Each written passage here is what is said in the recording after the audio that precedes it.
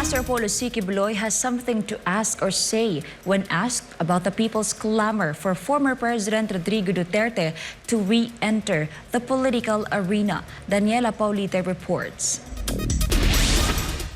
It will be considered a blessing for the Filipinos if former President Rodrigo Duterte returns to politics. This is what Pastor Quiboloy of the Kingdom of Jesus Christ said in his Give Us This Day program this Wednesday. It would be a blessing to the Filipino people if the President can somehow go back and in any capacity serve the people again. But you know, he's been president. He served the Filipino people for a long time. And, well, we'll be so glad to, at least in a way, if he can be convinced to do that. This comes following a meeting of several former high-ranking government officials, including former President Gloria Macapagal Arroyo, former Senate President Tito Soto III, Senator Christopher Bongo, and Duterte himself. Arroyo also confirmed that she is encouraging Duterte to be active again in politics. But according to Pastor Apollo, this decision still is up to Duterte on whether he can play the role of an active politician. It's up to the President. He knows his capacity, he knows his health, where he can still be able to do the task of being an active politician in any capacity. The good pastor said he would respect Duterte's decision and that Filipinos will continue to support the former president. The bottom line is rest with him. If he decides to do so, the Filipino people will be happy. If he decides not to do so, the Filipino people will be praying for him and his health, that he may be given a long life by the Almighty Father.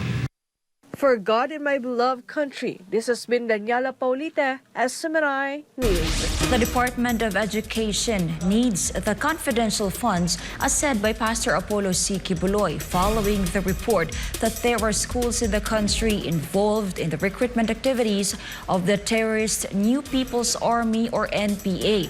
The good pastor also assured the public that about Vice President Duterte when it comes to money. Here's Jason Rubrico reports.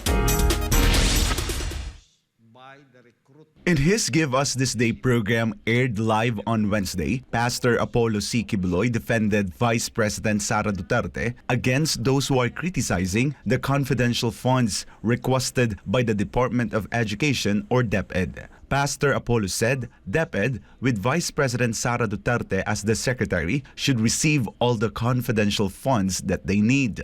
This follows a report by Education Undersecretary Michael Poa that 16 high schools in Metro Manila are allegedly involved in the recruitment activities of the NPA. Poa further revealed that 12% of the rebels who surrendered from 2016 to 2022 were minors. The DepEd official also said that more than 5,000 minors were discovered involved in drug-related activities from July 2022 to July 2023.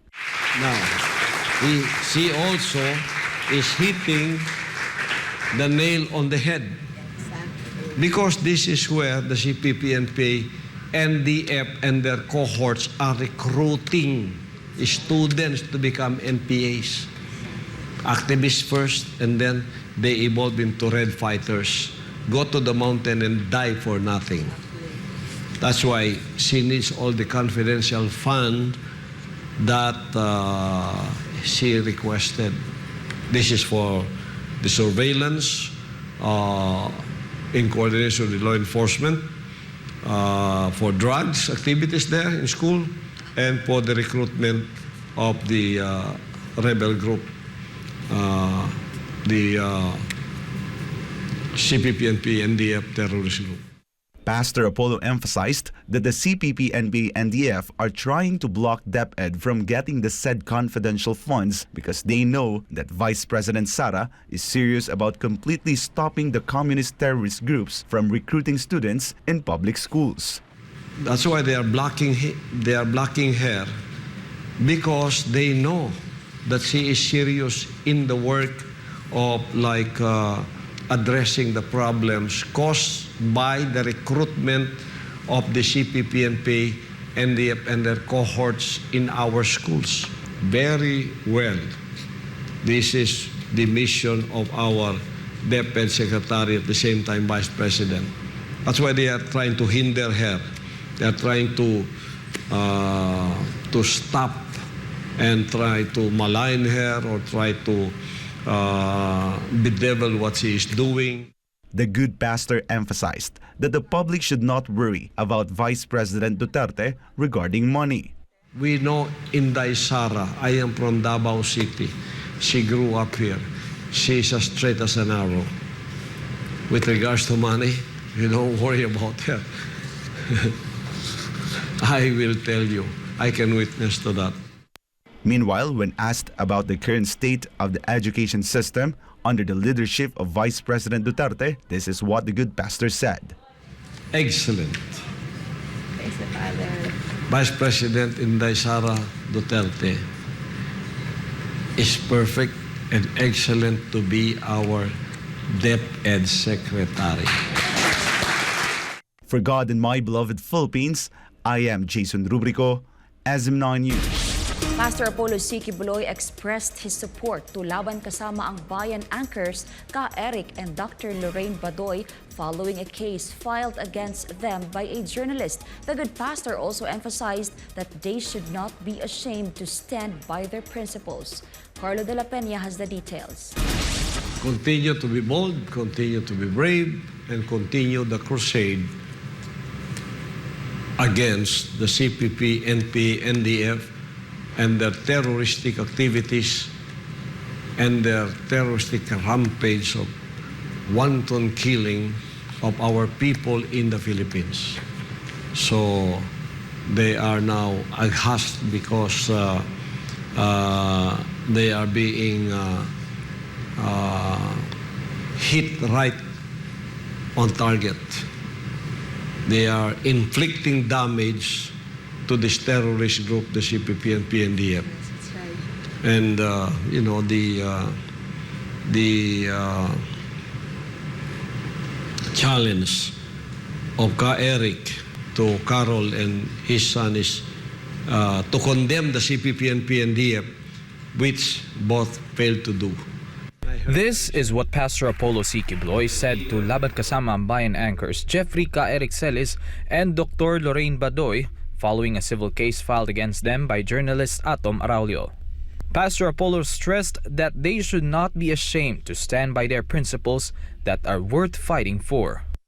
You know, what I cannot understand about these people is that they are connected with them. But when you tell them that you are connected with them, they sue you.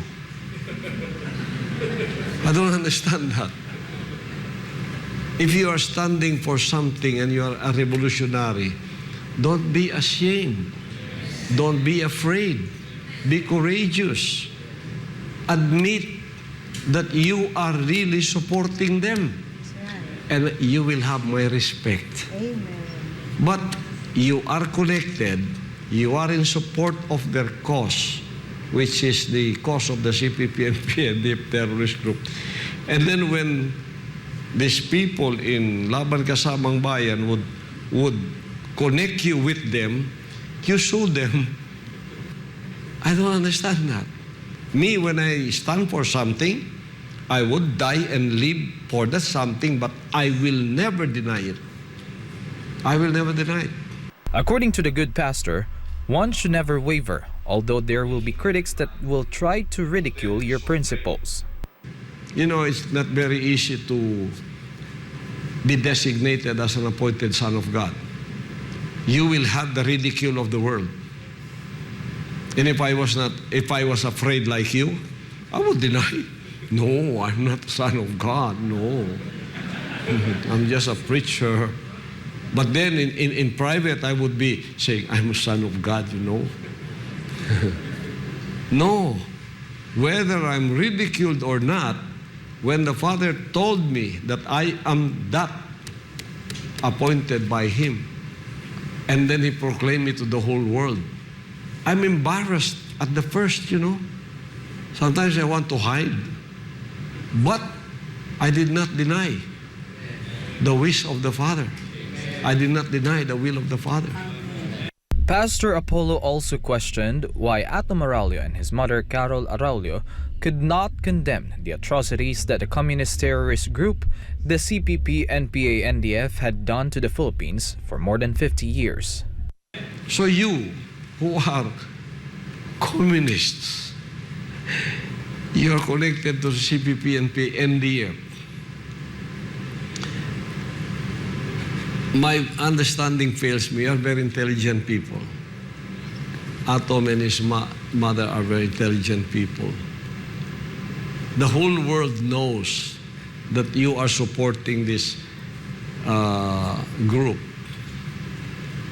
And when you are being publicly exposed that you are such, you show the people that are exposing you. When in fact it is true. I don't understand that. Please let me understand so that I can believe that you are true revolutionaries of your cause. Amen. Now you are seeking redress from our government whom you want to topple down. In the end, Pastor Apollo again urged Atom and Carol Araulio to accept the challenge of Celis and Badoy if they are truly not an ally of the communist terrorist group.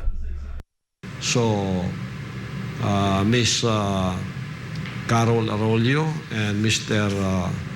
Atom Araulio answer the challenges of the two individuals, anchors of SMNI's Laban Kasamang Bayan, Dr. Lorraine Badoy and Ka Eric Celis.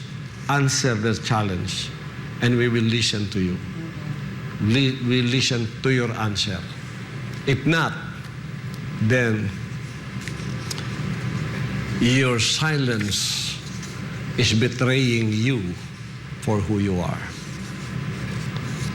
For God and my beloved country, the Philippines, this has been Carlo de la Peña, SMNI News.